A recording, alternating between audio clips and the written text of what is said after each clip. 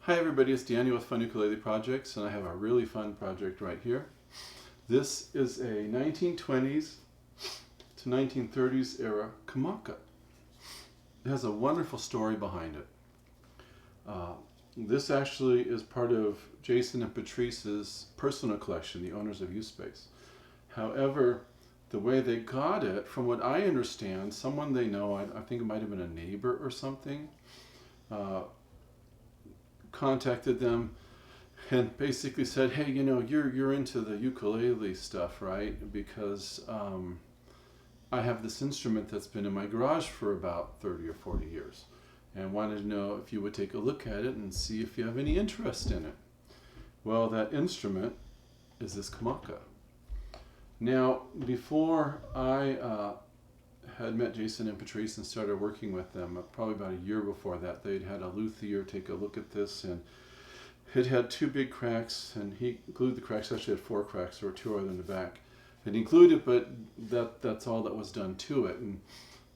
And so a few months back, Jason and Patrice showed this to me, and Patrice, I asked her, you know, what do you want me to do? And she said, just work your magic on it. You know, you basically, whatever you think it needs, take care of it.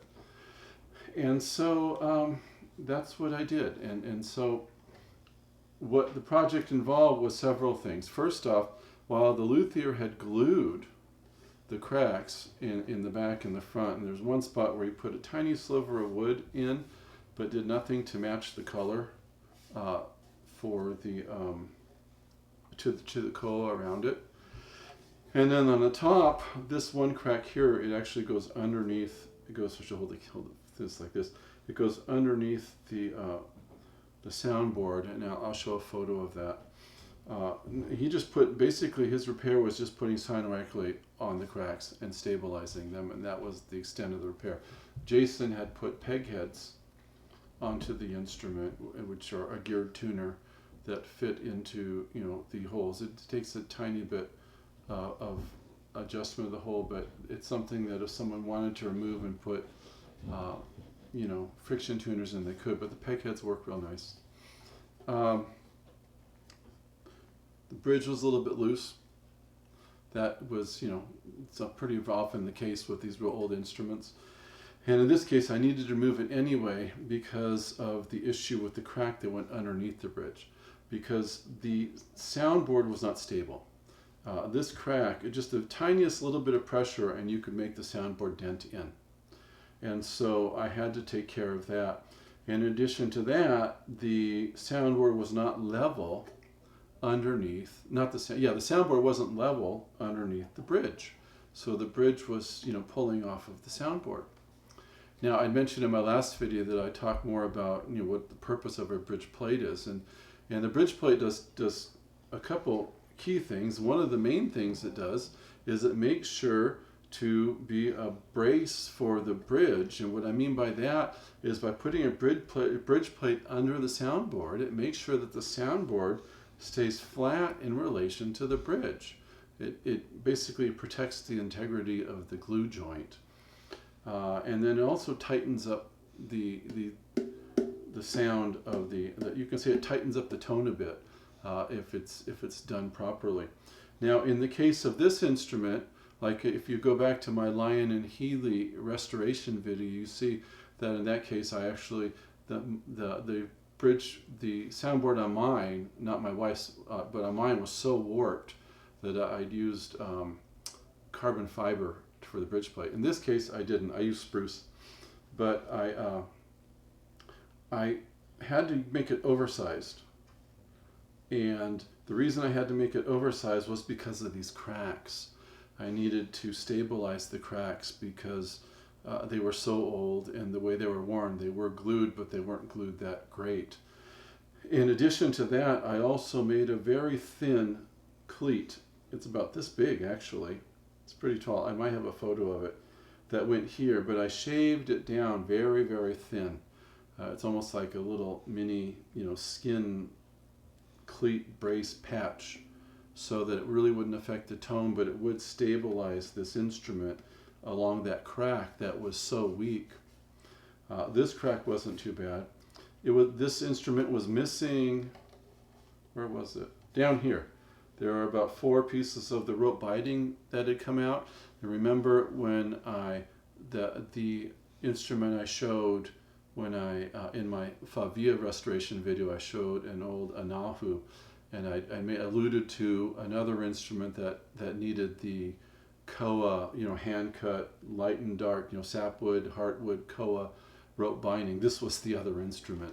And so while I was doing the anahu, since I was doing them at the same time, I fitted that part of this project into that, that part of the restoration into this. So I did those at the same time, sort of, make my time a little, fit them, blend it together better.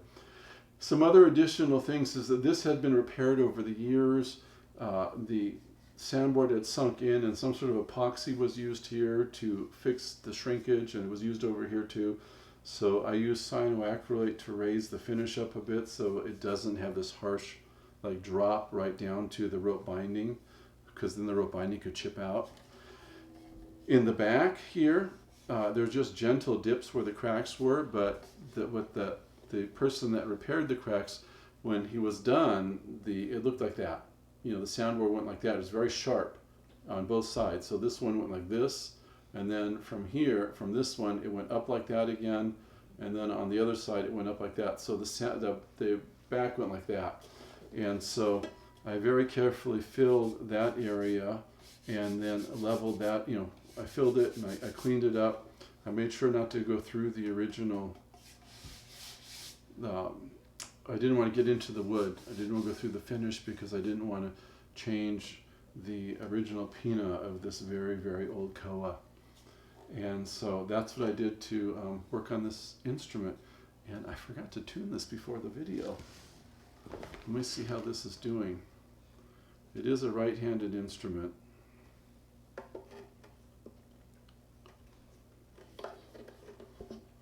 I'll probably edit out the tuning section if it's... Okay, I've got it tuned. So now that it's tuned, turn the tuner off. Doesn't want to turn off. It is a right-handed instrument, so the one song I can play right-handed, just listen to this beautiful sound of the strings.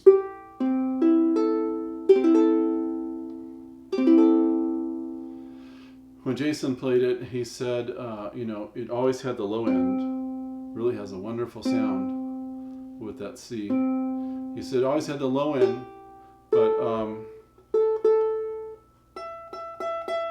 but he said the stiffening the soundboard really brought sparkle to the high end of this instrument. As you all know, the one song I can play upside down is Sweet Hour Prayer, so I'll play that one the best I can here.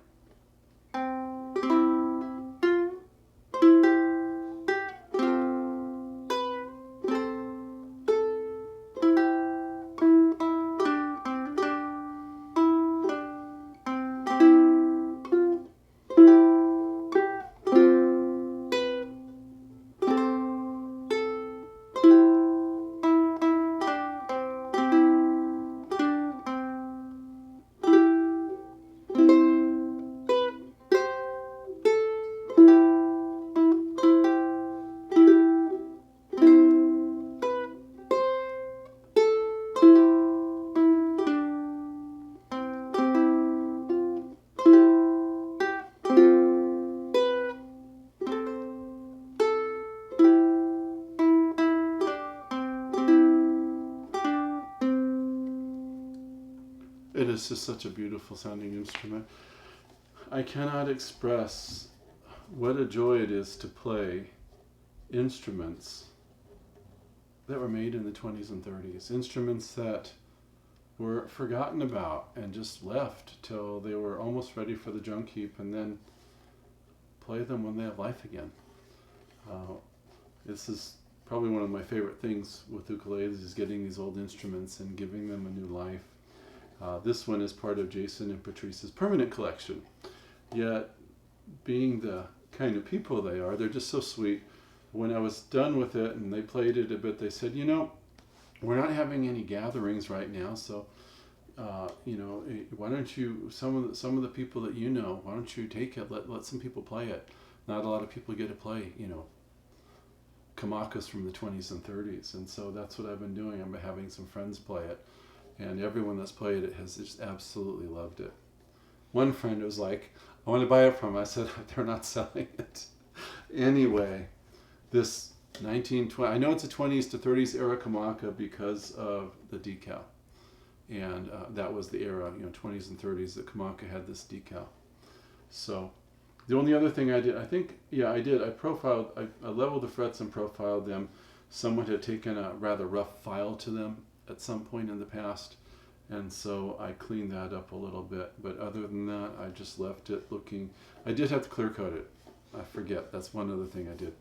I clear coated it, but I did almost like a dry mist as I was spraying it to give it the look that an old instrument from that era would have if it just sat and it had been aged, and over time it had been in the heat and the cold and everything else.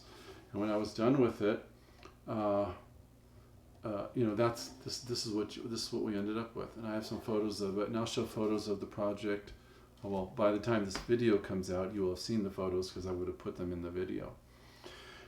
But when I had this done, another instrument was brought to me that I was working on from the same era. I'm working on right now.